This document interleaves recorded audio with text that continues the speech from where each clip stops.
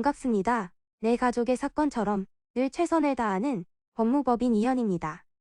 오늘은 강제집행 면탈에 대해 한번 알아보도록 하겠습니다. 흔히 돈을 받지 못하면 소송을 걸어 승소만 하면 된다고 여기는 분들이 많습니다. 하지만 단순히 승소만 했다고 해서 바로 회수가 되는 건 아닙니다. 강제집행을 하는 과정이 필요한데요.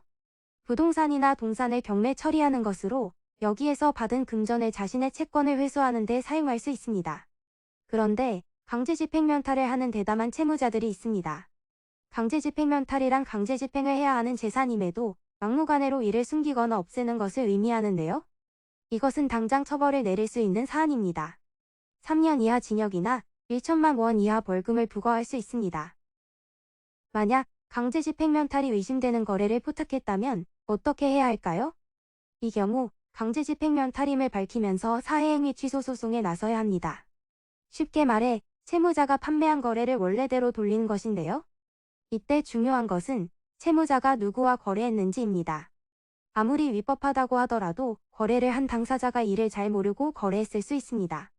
의심하기 어려운 상황인 데다 모르고 한 거래라고 하면 사해행위로 취소가 어려울 수 있는데요.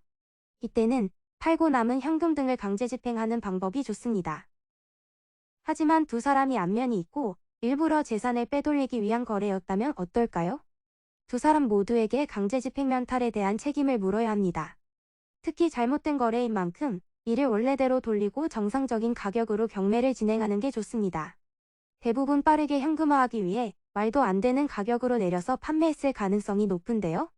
이렇게 되면 모두 받을 수 있을 정도의 가치가 있었다고 하더라도 터무니없이 적은 금액만 회수할지도 모릅니다. 따라서 사해행위 취소는 되도록 빠르고 확실하게 하는 게 좋습니다. 강제집행 면탈을 미리 막고 싶다면 사전에 보전 처분을 걸어두는 게 좋습니다. 감유, 가처분이 대표적이라고 할 수 있는데요. 소송 중에 미리 재산 처분을 하지 못하도록 하는 방식으로 거래 자체를 하기 어렵게 합니다. 따라서 보전 처분을 미리 걸어 강제집행에 방해받지 않도록 하는 게 중요합니다. 또한 변제권의 순위도 고려해야 합니다. 혼자만 받지 못한 돈이 있으면 다행이나 그렇지 않은 경우가 태반입니다.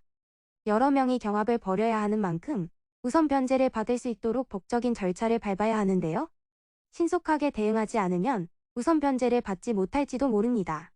이를 감안해서 법적인 조치를 고민해 보셔야 합니다. 지금까지 강제집행 면탈에 대해서 알아보았습니다. 강제집행 면탈로 문제가 생기신 분들, 저희 법무법인 이현으로 연락 주시기 바랍니다. 간혹 변호사가 아닌 사무장 등과 상담하는 줄로 오해하시는 분들이 계시는데 저희 이현은 사무장이 아닌 변호사와 1대1로 상담이 이루어집니다. 보다 정확한 상담을 위해 전국, 전 지역 상담 접수를 먼저 실시하오니 해당 화면에 보이는 번호로 먼저 연락을 주시면 친절한 안내 도와드리도록 하겠습니다. 감사합니다.